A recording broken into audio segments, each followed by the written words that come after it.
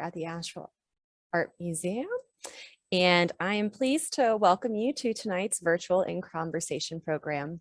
This is the first one that we've had in a while. For those of you who were here to catch our introductory music, that was the Cherokee Morning Song, and there's a nice connection to our exhibition, A Living Language, Cherokee Syllabary and Contemporary Art. The text of the Cherokee Morning Song is written in syllabary on one of the works in the exhibition, The Basket Golden Values by Shan Goshorn. So that's a fun thing to maybe check out and see in person if you're able to come visit the exhibition here at the museum.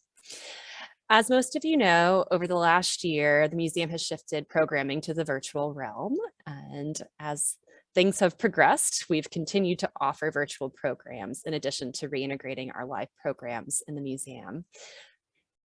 We've missed engaging with you in the galleries, but one silver lining that has come from this time apart has been the opportunity to bring the museum to folks near and far, from Asheville, Western North Carolina, across the state, country, and around the world, and to feature special guests that we might not have been able to in pre-COVID times. This chance opens up our ability to richly interpret the artwork in our collection and special exhibitions through a range of voices and points of view. This month, just lost my script. Hold on. There we go. This month, we're thrilled to welcome Jeff Edwards and Zachary Barnes in conjunction with our current exhibition, A Living Language, Cherokee Syllabary and Contemporary Art, which is on view in the museum's Appleby Foundation Exhibition Hall on the first level of the museum through March 14th of 2022. So lots of time to come check it out. Just to introduce our two speakers tonight, we have with us Jeff Edwards, an award-winning Cherokee graphic artist who has worked for the Cherokee Nation for over 20 years. He is a language activist that has worked on numerous projects that have projected the Cherokee language into the global spotlight. He holds degrees in liberal arts from Haskell Indian Nations University in Lawrence, Kansas, and in graphic design from Northeastern State University in Tahlequah, Oklahoma. His artwork is almost exclusively Cherokee themed. He prefers using the Cherokee syllabary rather than English to promote the Cherokee language. He likes expressing old cultural concepts with modern electronic tools, which I think we're going to learn a lot about tonight. We're also joined by Zachary Barnes, who is a language technology assistant with the Cherokee Nation Language Department. He's worked with the language technology program for 9 years across various projects. He graduated from Northeastern State University in 2014 with an undergraduate degree in Cherokee Cultural Studies. During our program tonight, please add any questions or comments that you have to the chat box. We'll incorporate them throughout the program as part of our conversation, and we will also have question and answer time at the end of tonight's program. So please join me in welcoming Jeff Edwards and Zachary Barnes, who are going to take it from here. All right, thanks for having us. Let's see. Let us get our screen share going and we'll get started.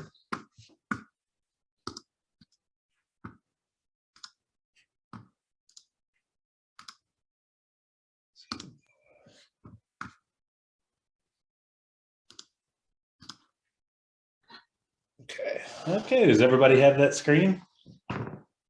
Excellent, everybody can hear all right. Go ahead. Well, I'm Zachary Barnes, and we're going to talk about how Cherokees have used the Cherokee syllabary through the various forms of technology from its inception and to how it's used today through modern technology. And we always start here with Sequoia.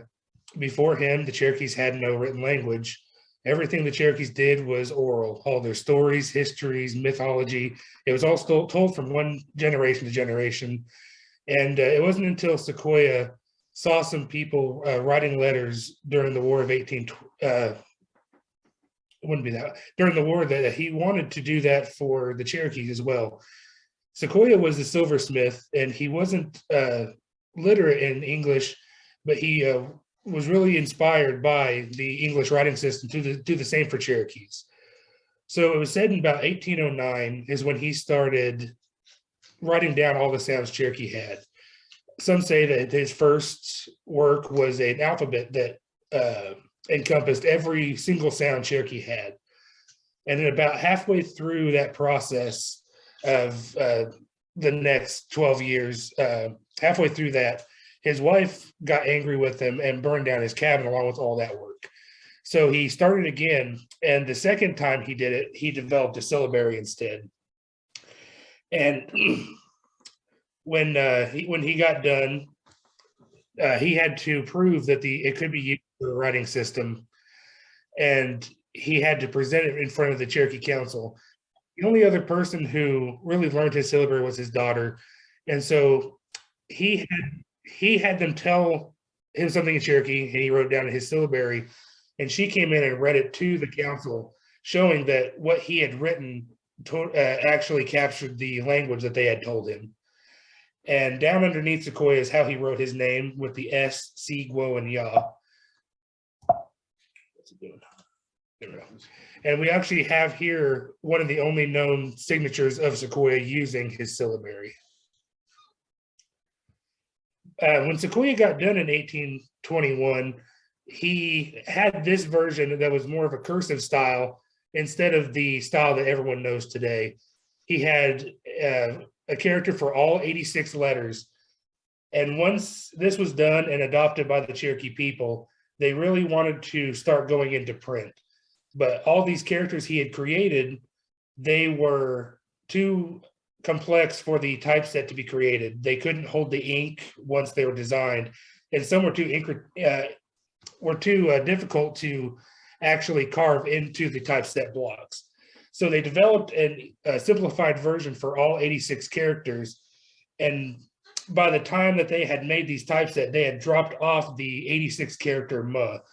And this is the chart that they had put together using the typeset from the Simplified Cherokee.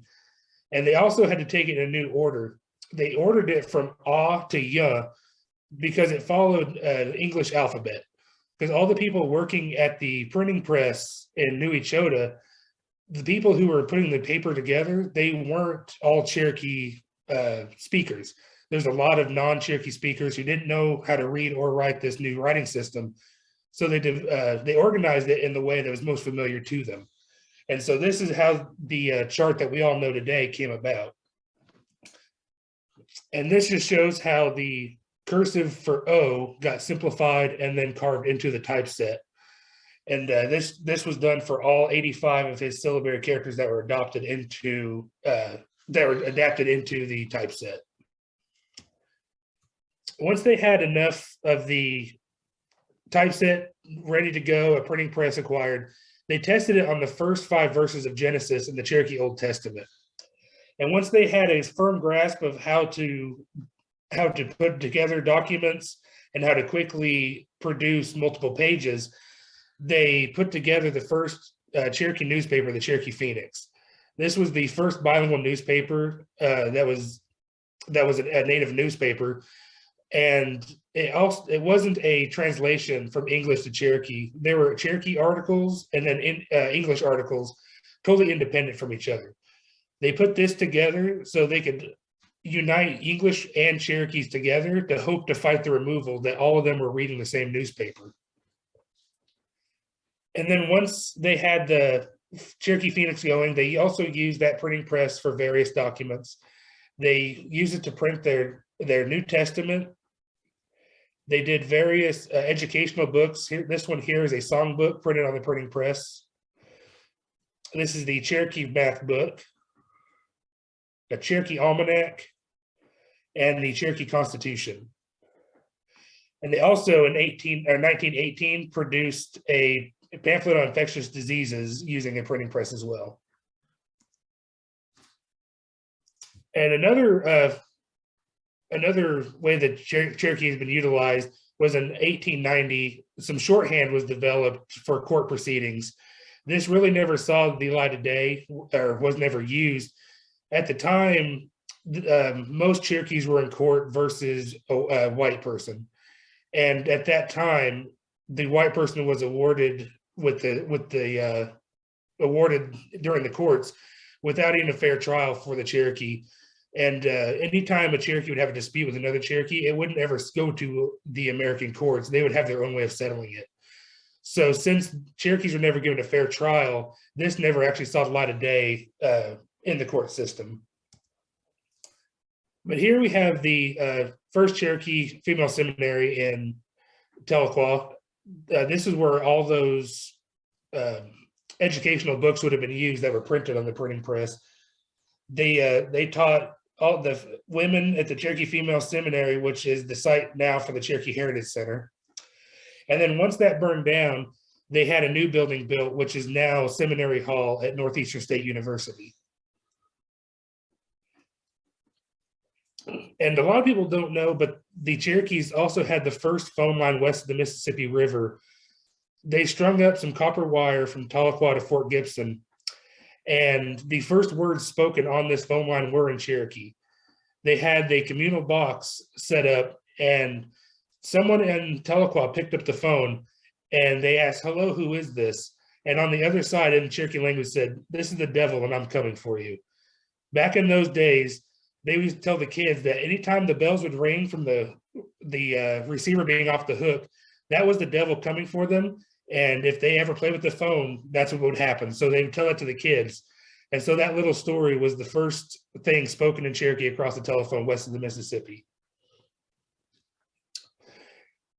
And so the printing press was the only form of technology the Cherokees used for printing up until the 1960s. That's when the Hermes 3000 Cherokee typewriter was developed. They got all 85 keys on this typewriter, but they had to omit all the numbers and a lot of the punctuation just to be able to fit all of these Cherokee letters. And on the inside of this, you can see the dual characters for the shift and the non-shift buttons. And so with this, it made it really hard to type a document if you wanted to have multiple languages, English and Cherokee, or have numbers, any non-basic punctuation. And that was how it was until the 70s, until the IBM Selectric typewriter was developed. There was a couple of these IBM Selectric type elements created for Cherokee. They are in different font sizes and were easily exchangeable with the English. So if you wanted to type a document, you could type in Cherokee, and just with a quick switch out, you can put in the English type ball and then continue on with English and then switch right back. That is how Durbin Feeling's dictionary was typed from 1975. You can see all the numbers and English words with the Cherokee words together. And so that's made it a lot easier for this to type. If he had to type this on the Hermes, it would have taken a lot longer to try to line up the margins just to be able to do this. And the IBM Selectric Ball is one of the rarest Cherokee technologies that out there. We know one exists somewhere. We just don't know where it is here at Cherokee Nation. And if you ever come across one, you'd probably be an instant millionaire if you try to sell it to a collector. And here is the prototype sketching of a font for Cherokee from Herman Zoft. He was a typographer, and he was really intrigued by the Cherokee syllabary. A lot of his fonts are still in use on computers today. And back in 1976, he really wanted to make a Cherokee font. And these were just his sketches for his prototype font, but it never actually made it past this stage. But it just shows even people across the ocean in Germany were looking at Cherokee, wanting to capture the style that Sequoia and Samuel Wooster had developed for that simplified version. And then in 1980s, Durbin Feeling, who wrote that dictionary, he worked with a group to create a Cherokee word processor. And the Cherokee word processor project was completed once this document here was printed using that technology. They wanted to let Chief Mankiller know that their project was successful by using that technology to show her how it all came about. And with the word processor, that really opened the door to going into modern technology. The next step was then computer fonts, once computers became a common household item. In 1991 and 92, this Cherokee White Path font was developed, and it allowed people to start typing in the Cherokee syllabary on home computers. And then about a year or two later, a new version came out that more closely resembled what was in the original Cherokee syllabary chart. And then in 1999 to 2000, Cherokee Nation designed their font, which is now called Cherokee Legacy font. And a problem that arose from using these fonts were they weren't really Cherokee. It would look Cherokee when you typed with it, but it was just an English letter with a Cherokee mask on. When you would type an A, you would get an A. If you typed a capital A, you would get SAW. But when you'd send the email or a document to somebody and they didn't have this exact font with the exact version number, they would just get a jumbled mess of lowercase and capitals, numbers, punctuation. They wouldn't know what you were saying. And the reason behind all that is because all of these letters were coded in English according to Unicode. And what Unicode is a language that all computers speak.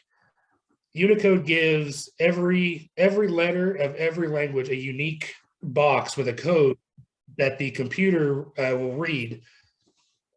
So when you would type OCO to somebody and using those old fonts, the computer would think you were just typing lowercase o, capital R, capital Y, no matter what it was. But once Cherokee was adopted into Unicode, O got its own code point 13A3, which then every computer from this point on would know once it read that 4-digit code, it would be needed to display O. And the only problem that arose once we were in Unicode was trying to get enough Cherokee fonts out there for people to be able to display Cherokee. And if you had ever been on a computer and saw just a box, like an empty square instead of a Cherokee letter, that's just because your computer wasn't up to date. And once you got a Cherokee font on there, you were allowed to then display Cherokee and then type with it as well, as long as you had a Cherokee keyboard driver. And being adopted into Unicode also gave us the ability to create a Cherokee Braille system. Every language that was supported by Unicode had to have a Braille equivalent. So our manager, Roy Boney, along with all of the translation staff, had to develop a way to express each syllabary character using Braille. And I think what they came up with is to just group the phonetics together. So the S character is just the Braille for S, but the SAW character would be the Braille for S and A next to each other, really close. And along with Unicode, we petitioned them to update whenever in 2015. We really wanted to get Sequoia's 86 character MA back into the syllabary. It was in his original documents, and all of his old style did have a version for MA, and people had been documenting on it ever since. And so we petitioned them to include MA back into the chart, and they passed that. And we also got the ability to have all 86 have a lowercase variant. Once we were adopted into Unicode, and even back with the printing press and the word processor and the typewriter, all the Cherokee fonts were pretty much all the same size. There was no differentiation between capitals and lowercase unless you had a selector type element. And if you just go into a Word document and try to make stuff a little bit smaller to make it look like a capital, Word would just mess up your whole format, and the document wouldn't look right after a certain amount of time. And so when Unicode allowed us to then have a Cherokee lowercase have their own separate code points, it really opens the door for us to be able to actually have a lot of books to be able to have proper capitalization of proper nouns, such as like the New Testament. A lot of the printing press New Testaments, they put larger typeset with smaller typeset to show capitals. But since that point on, we really didn't have the ability to do that until 2015. And this syllabary chart just shows what the lowercase variant would look like, along with the 86 character MA at the end of the M row. And then with being adopted in Unicode, it gave us a lot of opportunities to start working with modern technology. And Jeff is going to go through and talk about all the opportunities we've been given once Cherokee was adopted into Unicode. All right. Well, like Zach said, We always do the history section first because every time we talk to people, they think that Cherokees have just recently adopted technology, and that's not the case. Cherokees have adopted technology that was offered through them from 1821 to current day. So we always want to make sure and get that history in there. But what we started doing is we have an immersion school here at Cherokee Nation. It's 3 and 4-year-olds through the 6th grade. Or is it 8th now? I think it's 8th. It's 8th now. And so what we did was we needed a computer for these kids to work on. And in 2003, the Mac operating system by default already had a Cherokee font on it. So naturally, we're going to go with an Apple product because our Cherokee is already on it. So we had to develop this keyboard. It might be kind of hard to see, but that's actually an overlay because a 2nd grader just, they don't know where to type. So you have to do an overlay on this keyboard so they can type J and Sue and all of that. And then, of course, as they get older, they already know where these characters are. And we just took this picture here. We thought it was really neat because she's working on some of her homework there at the Immersion School. But our first real project came, we approached Microsoft and asked them if they wanted to work with us in some capacity. We didn't really care what it was, but in some capacity. And Microsoft said, well, thank you, but no thanks. And that isn't rude. We're talking at the time, we might have had 10,000 fluent speakers, and there were people on the waiting list to work with Microsoft that have millions of speakers, and they're still not working with that particular language. So we didn't really get our feelings hurt too bad, and we started working with Facebook. And the really cool thing with this project is it kind of goes back to the old Cherokee ways of what we did was we basically localized it by crowdsourcing. So let's say a person would put up a word, I think file should be called this. I think tomorrow, whatever the word they put up there, and then that word was either voted up or voted down, and the word with the most votes by the public was accepted as that word, that translation. And so when we started working with Facebook in 2009, it quickly caught on, and the people were translating it. We weren't doing anything other than just watching in amazement as everyone's translating Facebook. And so when Facebook happened, it kind of got us a little bit of kind of a noticed, and Apple approached us, and we met an Apple employee and at a conference that we were at out in California. And we told this employee, which we can never name who he is, because basically what he did is he snuck this in to the release on September the 9th, 2010. And so what you see there is the very first Cherokee keyboard developed for an iPhone. And so what happened was we told him we needed a way for our people and our children to be able to communicate on a device, because every kid on earth has one of these things in their hand. So if we were going to reach our children, we needed this iPhone keyboard. And it took about 1.5 years. And he worked, and the releases always came out at 6 a.m. And so he waited until about 5:45, and he snuck this in there. So at 6 o'clock in the morning, it was too late to pull it back. So when this came out, a lot of people think this is some app that you download, and it's not. It's actually a part of the operating system. So what that means is just doing a few simple steps on your iPhone, 40 million people had the ability to text and type in Cherokee on their iPhones. So instantly, basically, if you heard of an overnight sensation, that's basically what happened. Cherokees went from no technology whatsoever, and all of a sudden we're on the most popular device on earth, thanks to this one guy that kind of snuck it on there for us. And so then, people were really excited about it, and something really strange happened.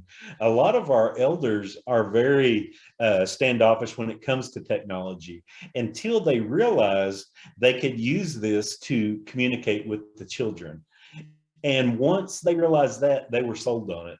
And so our entire translation staff, their ages range from mid-50s all the way up to late 80s.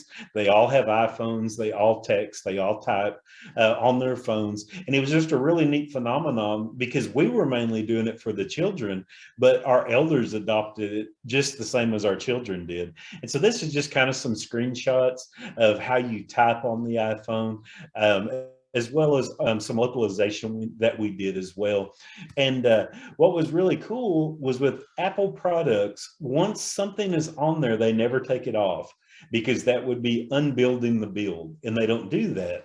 So by nature, it was a couple of months later, Cherokee just came out as an option on the iPad as well. And so all of a sudden the iPhone had Cherokee, the iPad had Cherokee. We're in the newspapers in Germany, Turkey, all these different foreign languages asking who are these Cherokees? Because again, like I said, you have some languages with 20, 50 million speakers, and they're not on the iPhone, and they're wondering who are these Cherokees that have less than 10,000 fluent speakers? Why are they on there? And so it was kind of funny.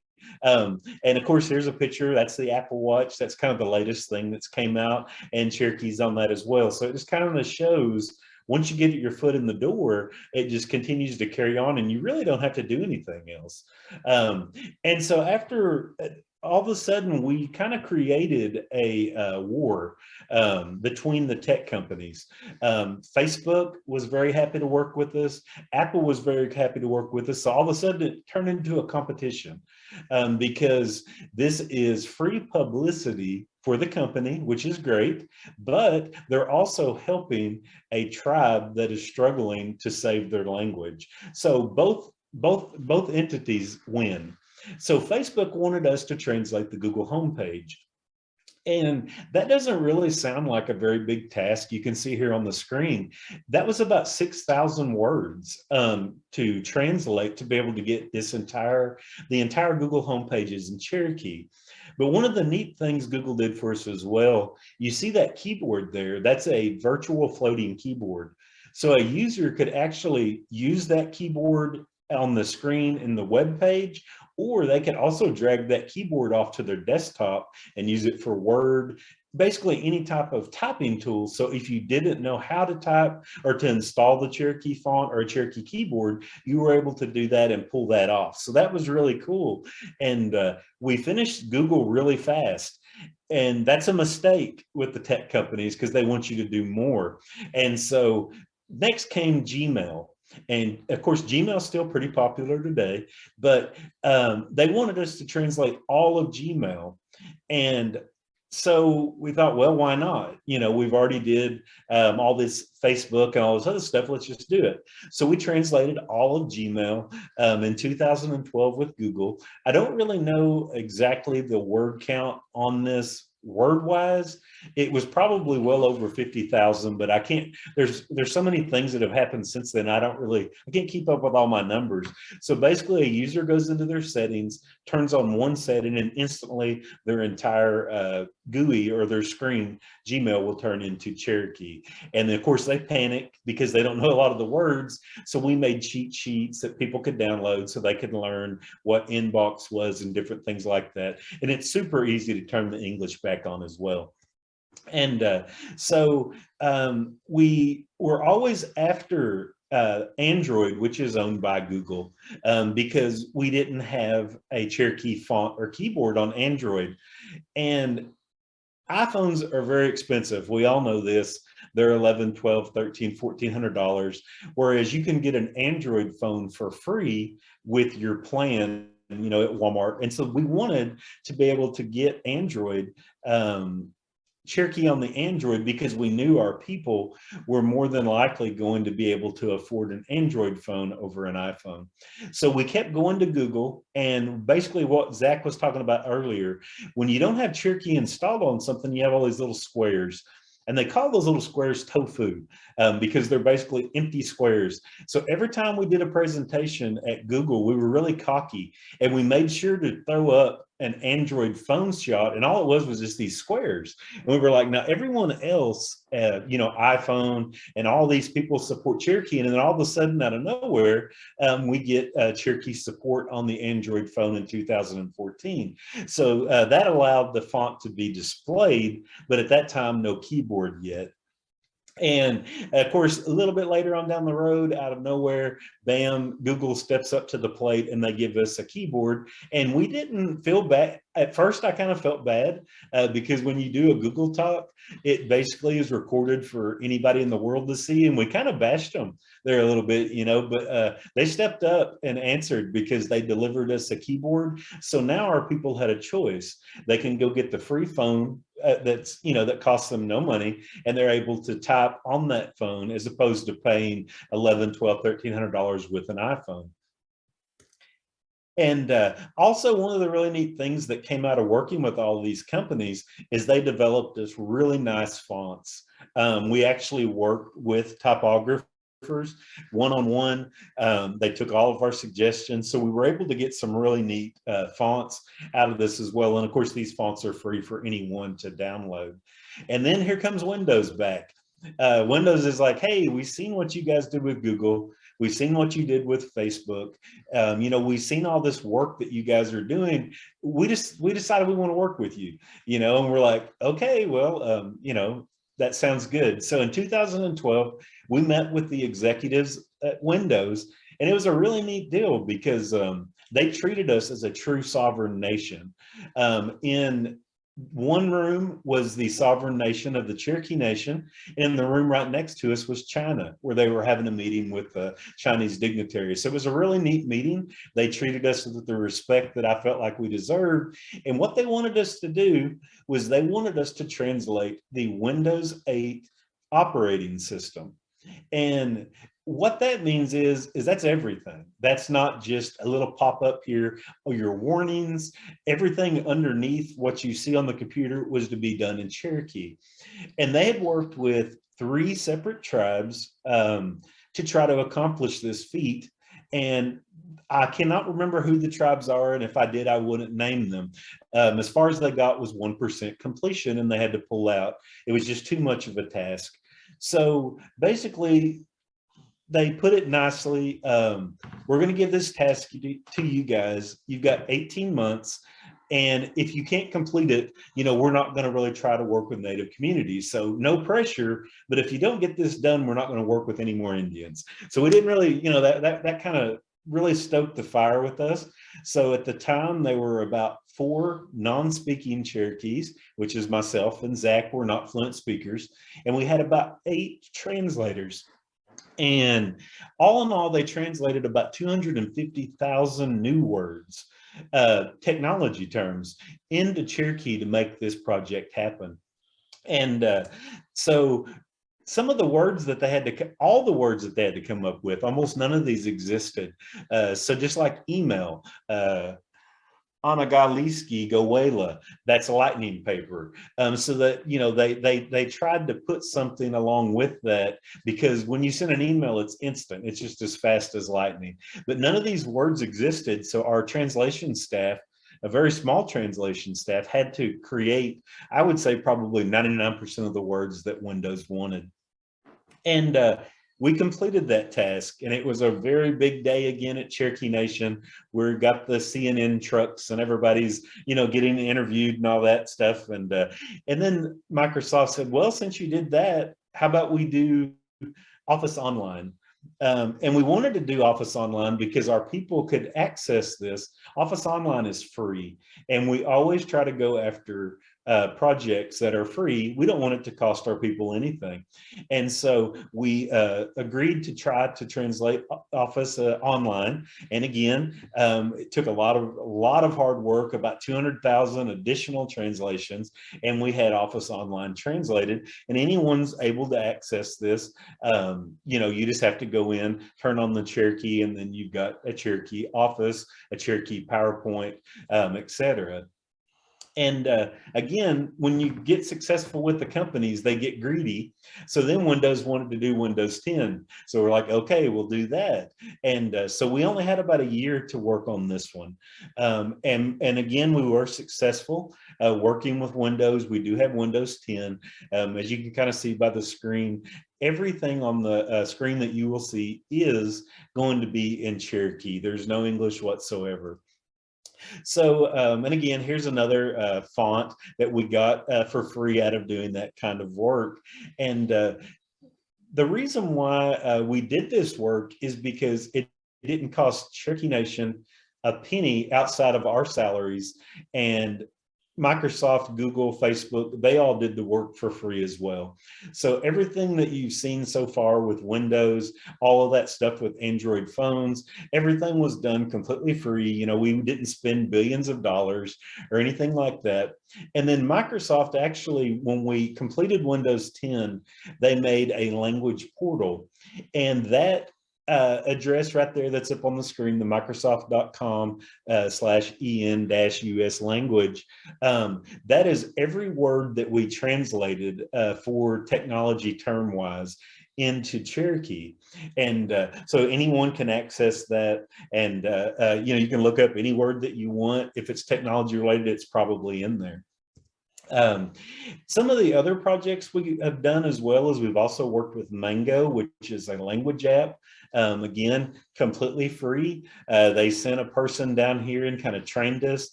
And we have, I believe, was it 5 lessons? 5 lessons on there. They're very, you know, very short lessons, but we have about 5 lessons on the Mango app. And again, that's free for anyone to use.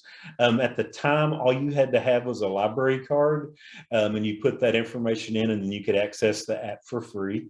And we also had a desktop version that came along with that as well. Basically worked the exact same way. You just were able to do it on a computer. And so kind of everything that we've talked to up to now, we always tell people, we did this for our people, but we are not trying to replace fluent speakers with technology, because that's impossible. There is no way any technology could ever replace one human speaker. I don't care what you do, it's just not going to happen. So all we do is because some people think we're trying to like weed out fluent speakers, and that's not our place. We're simply trying to provide tools for any Cherokee to be able to use for free in their language. Another project we took on was the Cherokee Instagram project. We would just kind of put up little random phrases of different things, and people would respond back, and we would have some prizes and stuff like that. And so we did do Instagram. We haven't done it lately, but that was one project that we were doing. And then we were also asked to basically redo the entire Cherokee New Testament and make it a red letter edition where Jesus spoke. And so me and Zach took this project on kind of as a secret, because Durbin Feeling, he was our main translator. He's since passed on. He really wanted a good Cherokee Bible.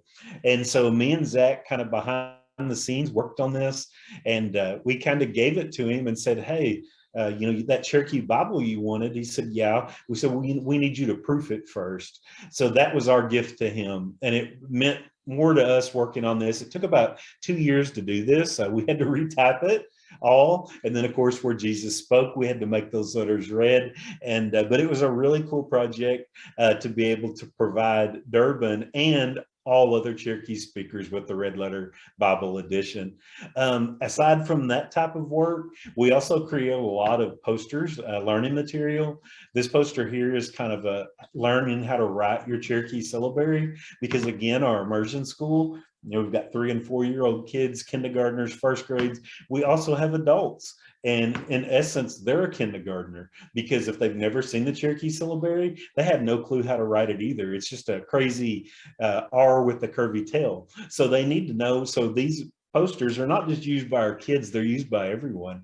And so this is something we kind of do as well as create posters. This is a poster that Zach created. We wanted to make sure and put this in here. They did a butterfly poster, and the names of the butterflies are Cherokee women from the Eastern Band and from the Western Band. And so this is one of our latest posters that we created with our translator, David Crawler. So we like to do stuff like this with nature and, you know, just pretty stuff. And kind of the way things are is you're not going to go to a store and buy anything that's in Cherokee. If you want it in Cherokee, you're going to create it. If you don't create it, you're not going to have it. So we take something like this really old, out-of-date map that's from the 1910s, and we basically go in there and we trace that out in Adobe Illustrator. We give it some color, make it look nice. Then we add our Cherokee to it. And then all of a sudden we have a United States map. So that's one thing that we always make sure to tell people, you know, you're not going to go to Walmart and buy anything Cherokee learning material wise. Hopefully someone's already created it, and God knows we've created a lot. We've got a link to our website at the end. All that stuff's downloadable for free. We do some font creation, not much. It's not hard, but it's not easy. But we do need more fonts. And we do children's activity books. This book here in particular is actually the presentation that we're giving right now, wrapped up really shortly for the kids. The activity books always have word searches, draw Sequoia, different things like that to get the kids interested, but at the same time exposed to the Cherokee language. We also have Cherokee online classes. Ed Fields there, that's a picture of him. They offer Cherokee 1, Cherokee 2, and Cherokee 3. You're well, I hate to say you're one-on-one, you're not. Ed's very popular. You might have 30 students in there. He's got some moderators that help with the chat and etc. And they offer these classes 4 times a year? 3 right now. Three times a year. Anybody can join. You don't have to show any kind of Cherokee Nation membership. We don't care what country you're from. We've had someone from every country join at least one Cherokee class.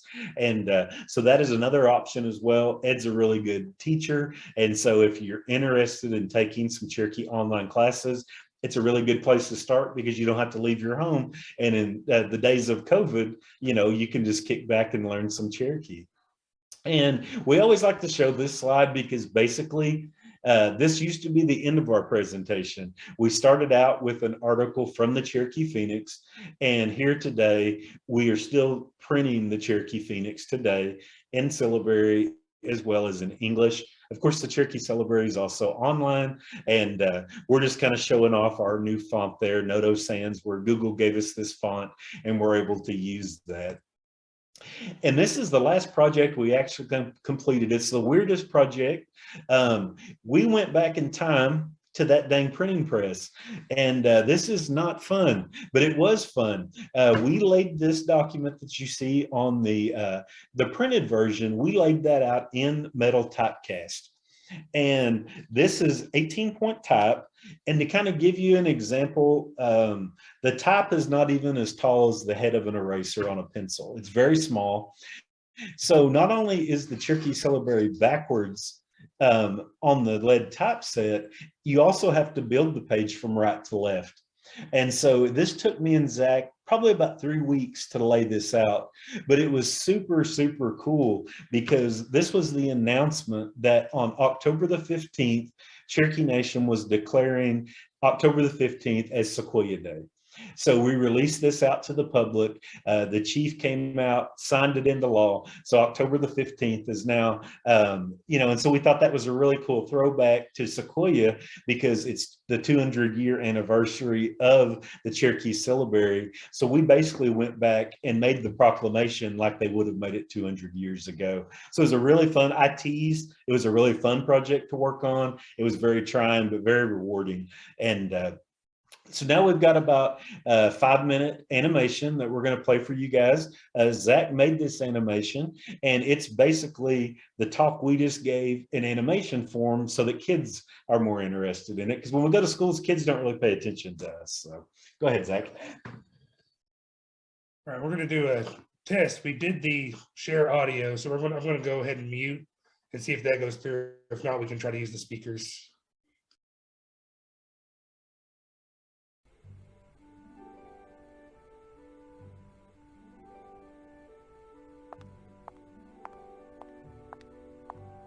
Osio, Sequoia, Tawadoa, Ayata, Woluwata, Naski, Jalagi, Tigo Huelodi, Junohaka.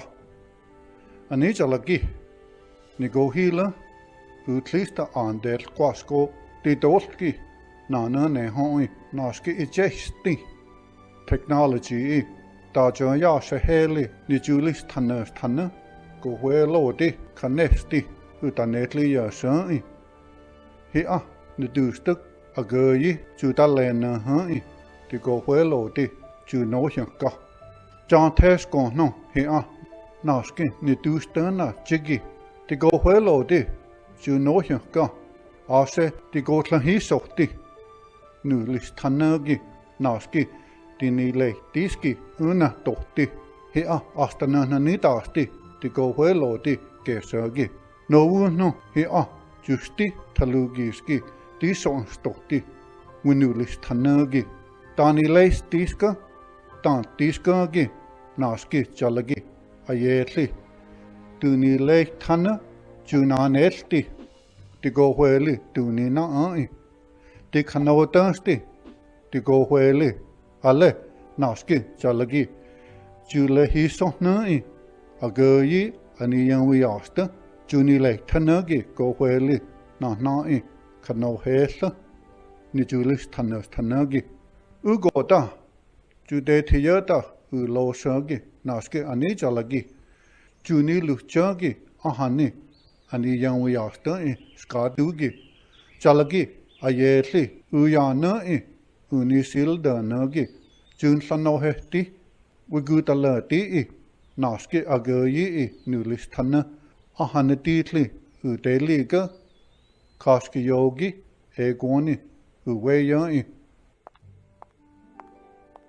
Ani jalagi, na yu jigesa, nitigan watalena ta, witajetla, technology nuna nagi, naski, tikale diski, ale juntla noheti, so technology ulu jitlagi, naski na, tigo hueloti, di son stokti, ale igi woni histi, nasku utanetli ya sagi. So nela den elsko, Jigesa, Ichei, Sudalegi, technology, Ulu Jogi. Naskina, Kaneja, Ahilegi, Uno Sehaki, Staya de Galavistanella, Naski, de go where Lodi, Junohaka, Dulu Jitlagi, Ahani, Elohi, Nidusta, Agatohasti, Asquangotiski. Sonelo de Sonel Scotchgesa, a girl deedly, Jigesa, Octohasti, Asquangotiski, Chiduna Nugo Jai, Galchote, Atnata, Nulistanagi, Joy, Judalan Nata, he used it, Jalagi, Tigoheliski, do no Slanagi. Nagujigi, Nuxkohi, Ulo Sasta, the Suyesti Naski, Jalagi, Tigoheliski. Ani Jalagi. Nasku tigo huelo di junohya ka tana diskon agolieti tana ne haki ale anagaliski go hueli naski tigo huelo di ale asamati di lenoheti kawani histi nasku kawan tokti na nai yawi tini no jaslaski unatatlu kai aktohistiski Aspangotiski, Yatane Nusti Tanai, Nasku, Jutale Nata, Justi, Aptohistiski, Aspangotiski, Unatotlansa, Jalagi, Tigo Hueloti, Junohaka, Nasku, Nogu, Yutana Ta, Ani Jalagi, Utajetlagi, Nitana Taneli, Naski, Technology, Anihi Lisagi.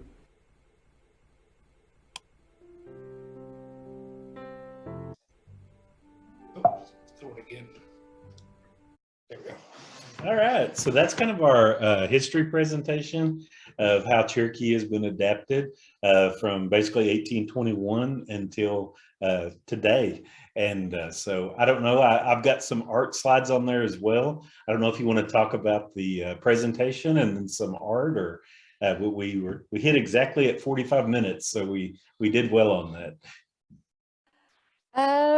Let's see. There were a couple of questions. I want to make sure we have time to talk about your artwork for sure too, and you know, get to some of that. But I think there are maybe just a couple of things we could hit on to wrap up some of these more historical things. I think one thing that might be helpful for folks and has come up in the chat question wise is maybe a history of speakers and the numbers there. I know that one of the things that was amazing with the syllabary is that it brought so many people into literacy almost immediately upon its adoption 200 years ago today, but there have been shifts in the number of speakers since that time period, heavily in part due to assimilation and other things like that. So I don't know if you can quickly outline sort of some of those changes that have happened. Your graph. Okay. Yeah. We don't really have a good grasp of like how many speakers nowadays are literate. We know a lot of the speakers here that we work with. I think Dennis Sixthorn said he had learned the syllabary in 2006. You know, he was native, full blood, who was born speaking Cherokee, and he didn't learn how to read and write until 2006. But as far as I know, everyone we work with here is literate, but we don't know the public. But as of right now, we're looking at only having about 1,700 speakers across both Kituas, Cherokee Nation Kituas, and Eastern Band altogether. We had just put together a graph. We're working on a documentary for our department that handles the state of the language.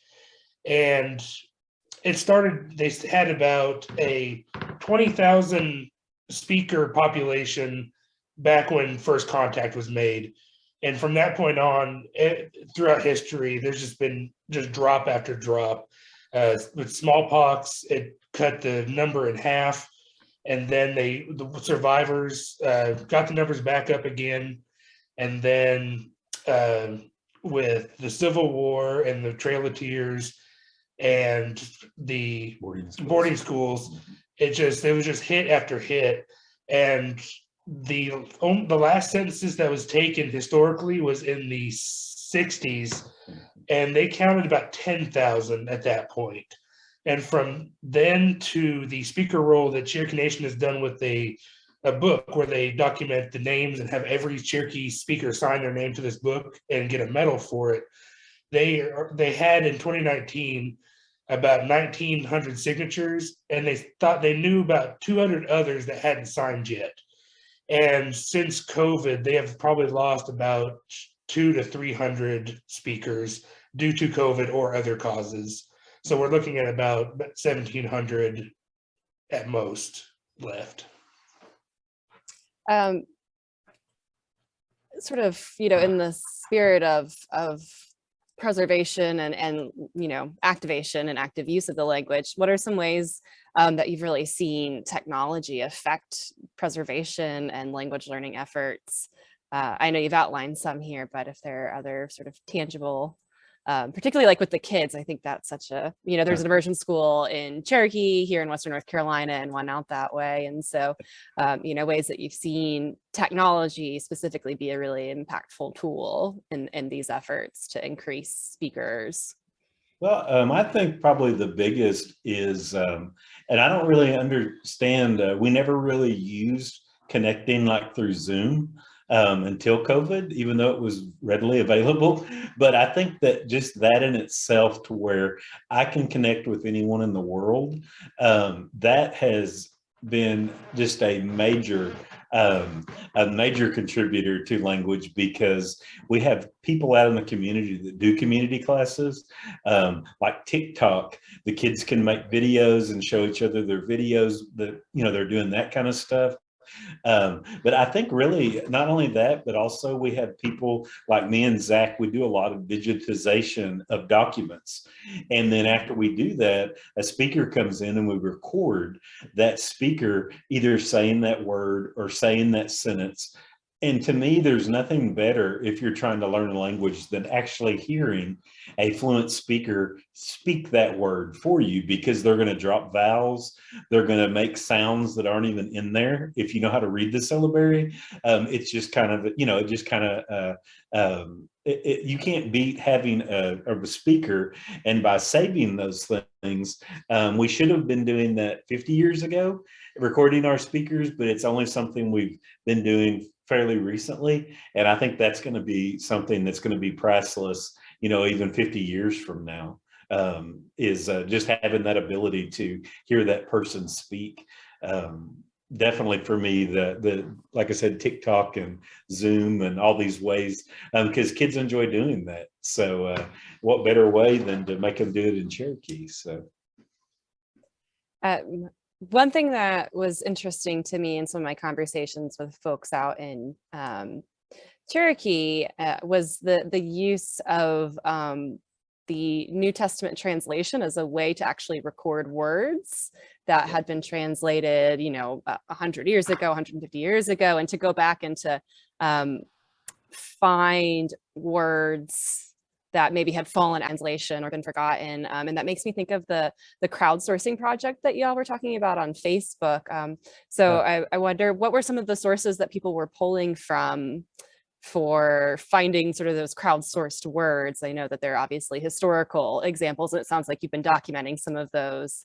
But I'm wondering if there are any other ones out there besides like the New Testament, for example. I think a lot of people referenced Durbin Fielding's dictionary, because it's a solid, it's not necessarily a dictionary, but it's probably the closest thing we have to a dictionary, because it gives you the linguistic side of the word as well.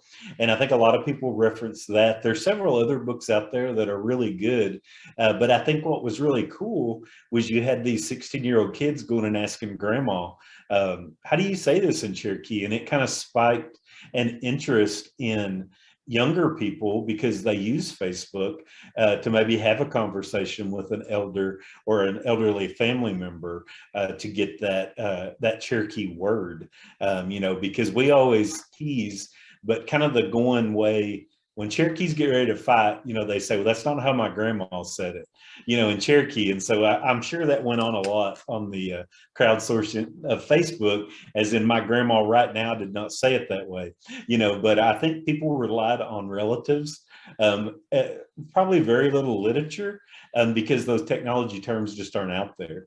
And so I think people really relied heavily on Cherokee speakers, as well as we had a lot of Cherokee speakers involved that were non-employees of Cherokee Nation. We wanted this to be a communal project, just like Cherokees would have done it 200 years ago. The entire community was involved. So we basically turned it loose on the world and let it grow, and never interfered, that I know of ever. And it's gotten translated up to 85%. Then Facebook will do an update and it'll be back at 35. And those people I don't even know who these people are.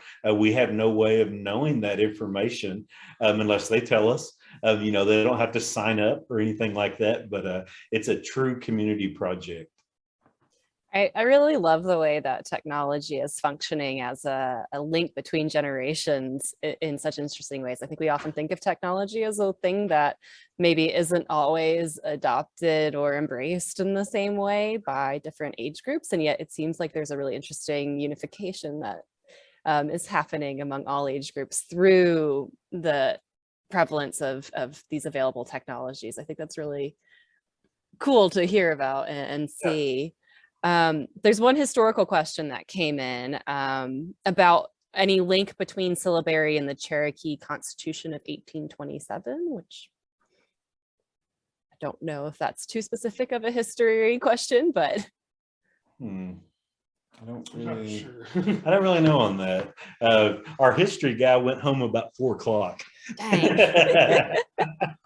So we simply won't answer because we would be lying. And if they're talking about the written Constitution itself being in syllabary and referencing that today, or I guess I'm not really understanding the question fully either. The question that came in was, can you speak to the link between syllabary and the Cherokee Constitution of 1827? So I don't know if there's I'm any not really clarification from the source of that question, but yeah, I don't know. I mean, I know it's definitely in syllabary. Yeah. From 1827, it would definitely have been in syllabary. I think the one they printed was the one in what, the 30s. Yeah. It got some revisions, and then of course today they still have that. And it's still fallen back on and adapted according to the changing of time. But beyond that, I don't really know any other thing. I've seen it, if that helps, but I don't know. I guess might be like, would it exist if there wouldn't be a writing system? Yeah, okay. If that's what they're talking about, then it would not exist today if there wasn't a writing system, because all of Cherokee would have been oral, and that's not something that you're going to talk about very often is a constitution. So our myths and legends, of course, they would still be alive. They would be highly variated, which is fine. All stories have to, change over time, but I hate to say 100%. I don't think it would be there though, me personally, without Sequoia's invention of the syllabary. I don't think we would probably have it today, and probably people wouldn't even know it existed. yeah. Everyone would have their own interpretation of the law. Yeah. Yeah, it does help with like codification and other things that to have something written. Well, since it's about 8 o'clock, why don't we look at a couple of artworks and then we'll wrap up with a few more questions. Okay. But I love the context of the history of the language, because I think that's so key to understanding the power that it has when it's incorporated into artwork. So yeah. Well, like I said, I started doing Cherokee art in 2012. I'm not a trained artist. I was kind of the guy that kind of beat the artist up in school. They were kind of nerds, and I had no use for Cherokee art. And Roy Boney, he's our manager now, and at the time he was a coworker, and he knew I had Illustrator and Adobe skills, but I just never used it to make artwork. And so he kept bothering me to enter shows, and I thought, that's really lame. I don't want anybody to see what I've created. And so he kept after me. And so this is actually the very first piece of art I ever made, was this Monopoly board. And I wanted it to have a really close tie. I worked with Durban Feeling to translate it. And instead of street names, those are all Cherokee communities that you land on, prominent, of course, in Oklahoma. I always get tickled. We were talking about the free food up there in the corner and landed on the block of cheese instead of free parking. And I really wanted to incorporate it to be entirely in Cherokee syllabary, because in my world, everything can be syllabary. You just simply have to do it. And so when I came out with this piece, I think kind of people didn't really know what to think, because they were like, well, what is this thing? Is this a picture you took? And I'm like, no, I drew it. But I used a computer, because in 2012, graphic art wasn't really accepted as an art form. And so I entered this piece of art, and they basically, you go in at the awards, and if they hand you your art back, you didn't win. Well, they didn't give me this one back. And of course, I had no clue what was happening. So I'm texting Roy. And so I we go back to the awards banquet, and I won first place and best in division. And my division included paintings, some really hardcore people in there. And so I was like, wow, I didn't really know how to accept being able to win with digital art, because people had almost convinced me that it wasn't an art form. They think it's really easy, and it's not. I'll say it that way. And so I always like to include this piece. I'm glad you guys are showing it, because it's just the very first piece of art that I ever made that was completely syllabary related. And when people ask me what it says, I always tell them, well, go learn Cherokee. It's a talking point. It opens up a whole new conversation of where they can learn Cherokee. I can give them a syllabary lesson. I can do all sorts of things by having this in Cherokee, but I'm not going to tell you what every single thing says. I'm not a fluent speaker. I always make sure people understand that, but I always run my Cherokee translations by a fluent speaker, because there's nothing worse than putting out bad Cherokee. And so I like to do just all sorts of different type of artwork. My artwork style is very strange. I build the artwork in my head first. So I'm not one of those guys where you can come in. Now, if you just came in and told me, would you make a rabbit for me? And it doesn't matter what it is, of course I can do that. But basically this piece came out of me having a stare down with my rabbit. She wouldn't blink. And I kept thinking, you're not going to win, because she wanted a treat. She's very spoiled. And so I decided that evening it would be really cool, because we were face to face. I've had this rabbit for about 8 years. And so this is my trickster piece. It might be kind of hard to see, but I wanted to make sure and work some Cherokee in there. Of course, half of the Cherokee is correct. The other side is mirrored, because she is a trickster. And so that kind of goes along with the theme. But I really wanted to do just an insane amount of detail. Doing this type of artwork is really punishing until you're finished. And when you get done and then you have something just crazy detailed, you know, you can feel good about it, but it's almost like driving you crazy until you get to that point to where it is completed.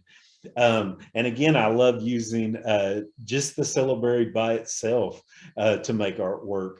This piece here is called The Hand That Feeds Me. And I made this piece of artwork for our translators, because without them, without a Cherokee speaker, I don't have a job, because that's all I do all day is take the work they give me, and I either make a book or a poster. And so this piece has started out by using the word for arm, just in all crazy different directions, then wrist, palm, thumb, and then finger to make up this entire piece of art. And so I kind of made that a tribute to them, just to kind of let them know I appreciated them. And without them, I couldn't do anything in Cherokee, because without our speakers, you know, we're nothing. And I also really enjoy mixing different styles. In 2012, I had the opportunity to go to Australia and meet with the Aborigines. And so this piece of art that was down there, it was on a cave wall, and it was a different snake, of course, and stuff like that, but it kind of resembled this piece here. And so what I wanted to do was, we have the Uktana in Cherokee mythology, and it's this great snake. And so this snake is kind of revered as if you can kill it and get the jewel out of its head, I mean, you're basically the most powerful thing on earth. So it's every hunter's dream. But if you just look at it wrong, it kills you. So, you know, it's kind of one of those things. But I wanted to kind of mix Aboriginal dot art, which this piece is made almost entirely out of dots. And instead of using stones, I wanted to make it look like a turtle shell. And then, of course, include the Uktana in that piece, as opposed to the snake that was in the piece from Australia. So I really like to mix things up and do maybe kind of some weird things. When I very first started, this is a pretty recent piece. I would have never done this. I wouldn't have had the confidence. But now that I've been doing art basically for 10 years, I no longer care. And I don't mean that in a bad way. I just make what I feel like making. And if people like it, that's great. And if they don't, you know, it doesn't matter, because I've already moved on to the next piece. Of course, I take criticism extremely well. People generally like stuff, and if they don't, that's okay too. You know, you're gonna grow a thick skin really quick if you're an artist, because not everyone's gonna like your work. And I included this piece here. Myself and Roy, we got really cocky one year, and we went to Santa Fe. To the art market there, and it's probably the scariest place you can ever go. 120, 130,000 people easily. And so I entered this piece.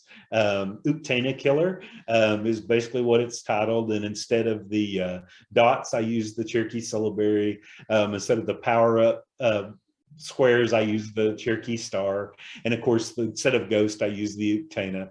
And this piece here won first place in Best in Division in Santa Fe. And, you know, so I always try, if at all possible, to include that syllabary, because I had people coming up from me, because people come from there all over the world, and they were interested in this piece because they had never seen the Cherokee syllabary writing system. And so it just opened up tons of doors to be able to kind of talk on Cherokee some more. Always include this slide because this is how the world sees Cherokee syllabary. You know, it's very organized, A, E, O, U, across the top, Ga, Ha, La, Ma, etc. down the side. Well, this is how I see the syllabary. It is very chaotic. I really enjoy making the syllabary as chaotic as possible, because it sheds a new light on something old, and it brings interest in, whereas someone might not realize this is actually, all this is Cherokee syllabary chart. It's heavily out of order. It's about 8 different style of fonts, but it's all there. It's just, it looks nothing like the first one. And as an artist, that's kind of how I see things. I don't think everything, because when you do graphic work, everything can be made perfectly. And so I always make sure when I do my artwork, there's at least one little thing that probably no one is ever going to notice that's incorrect. Because with graphic art, it's very easy to make everything perfectly square, a perfect line. So I always make sure to throw imperfections in there, just for that fact, because I don't like having perfect things. Nothing's perfect. And this piece here, it was really fun to do. I made this because somebody told me I couldn't. And so I don't like it when people tell me I can't. So I made the Cherokee Nation seal entirely out of the Cherokee syllabary. Of course, there's no words in it. It's just simply the vowels are in the yellow, and then the Cherokee syllabary makes up the entire rest of the piece. And I never really thought this piece, I didn't really care if it did anything or not, but it caught on. They started making this in a wall wrap. And so it's 6 foot tall by 6 foot wide. And I would say there's at least 30 of them in existence now. And it's really cool because when I go to, let's say, the new clinic in Tahlequah, and I walk around a corner and there's this big monster seal, I really have to stop and look at it for a minute. And then I realize that's something I made. But I made it on a little bitty computer screen, and all of a sudden, you know, it's 6 feet tall. So that's always really cool whenever you're able to see your artwork out in public and you don't even realize it's yours, because it just kind of takes your breath. And I don't mind copying an artist's style. Shepard Fairey made this the Barack Obama Hope poster, and it was very simple, but it was very successful. And so I made this Sequoia Hope poster in the exact style that Shepard Fairey would. And I always kind of include a lot of little hidden things. And so under his left eye, if we're looking at the screen, that is actually the United States under there completely. And so not only hope for the Cherokee language, but hope for the United States, because we're kind of in a rough spot. And so I kind of try to include little hidden Easter eggs, or whatever you want to call it. And I actually just finished this piece up this weekend.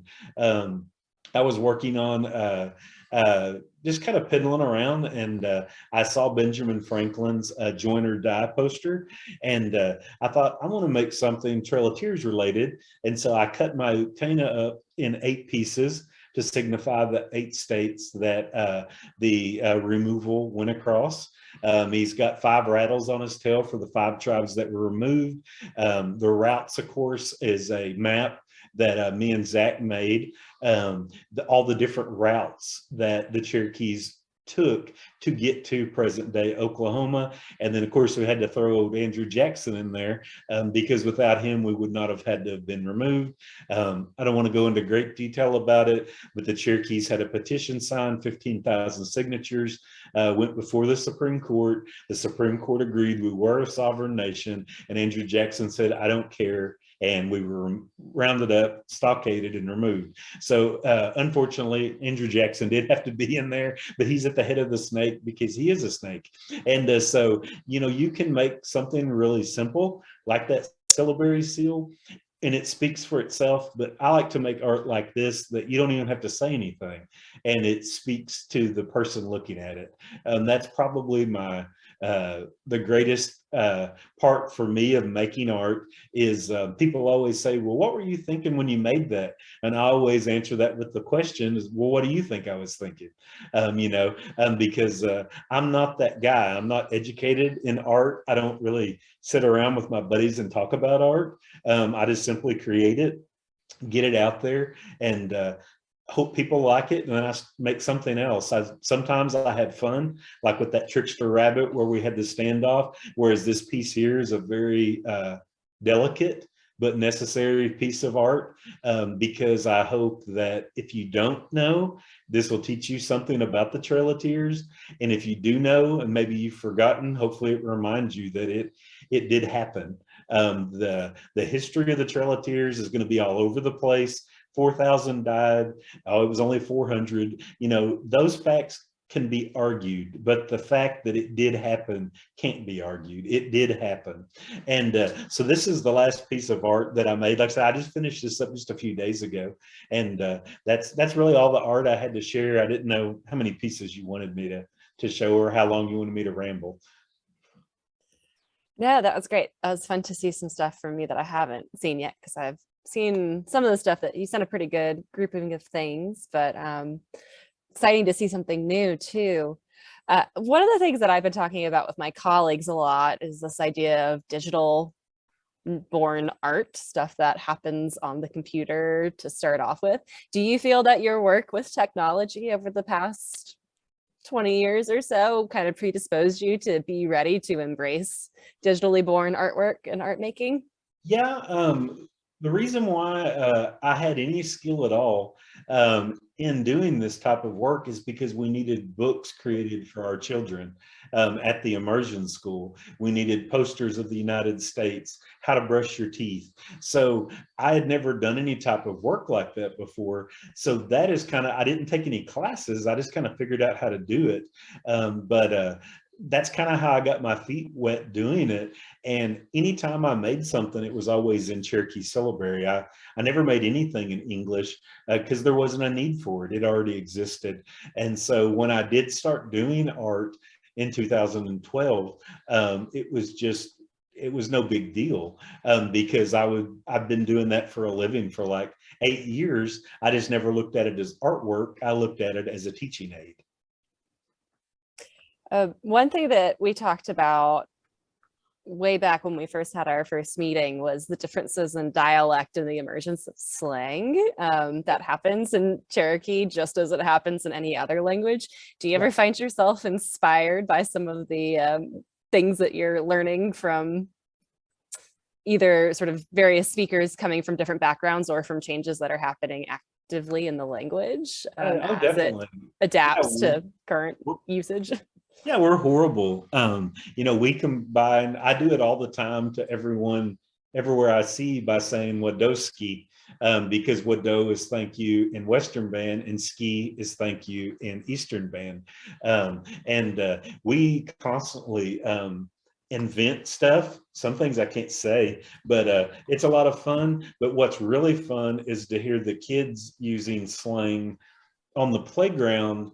And it's funny because you can tell they're not fluent yet, but they're learning because one little girl was telling us about her cats, and she was saying that the cat was white and that she had 2 cats, but she would say wasas instead of using the plural of like a totline or totli wesa. She was just saying wasas, so she was putting the English S on the end and not even real, because she was like 6 years old.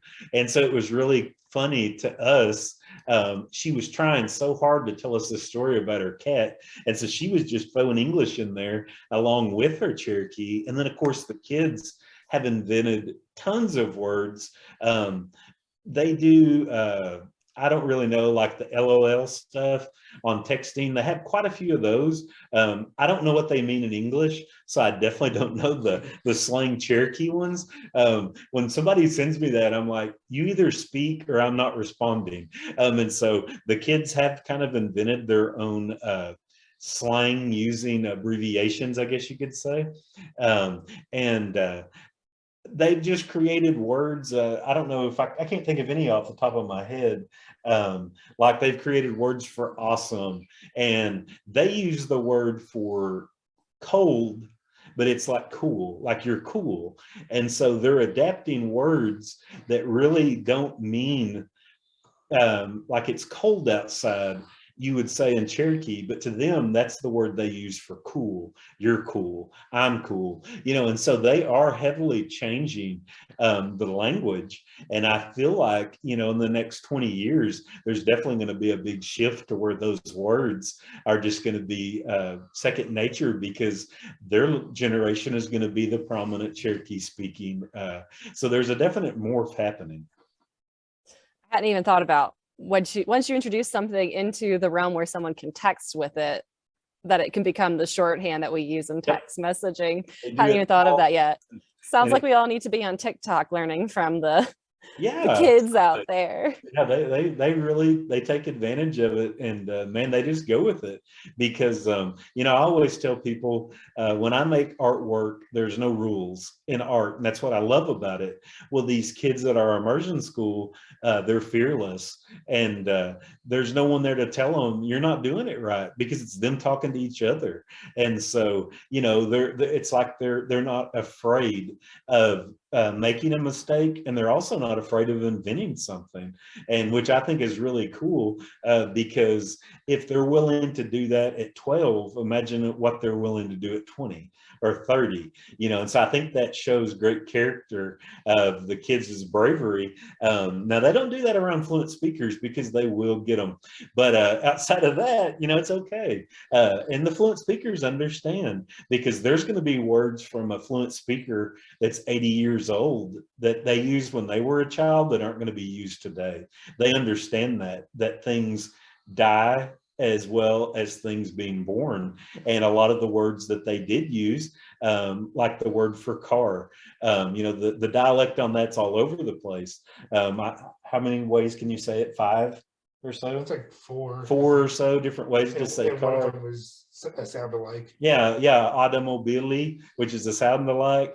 Dictoon land, they're talking about like the big headlights on the old like Model T cars. None of those words really apply. The other one's talking about the tires. Odladithkla is talking about the rubber on the tires, but to today's cars, none of those. One's even like a horse-drawn carriage, and it doesn't really apply to anything we drive today. It's an old word, and so for the longest time, Cherokee did not adapt with the times, but now the kids are forcing it to. Well, I think that between sort of that power of youthful invention and the amazing things that have happened with technology and the integration that you're doing of Cherokee syllabary into your artwork that is digitally produced, I feel like our title, A Living Language, is really apt, because there is so much that is alive and interesting and evolving that is happening with Cherokee language right now. And it's really exciting to hear about it and learn more about it. And I hope that folks get that sense when they come to see this exhibition. And we've got 4 works from Jeff on view in the show. So we invite folks to come out and see those in person.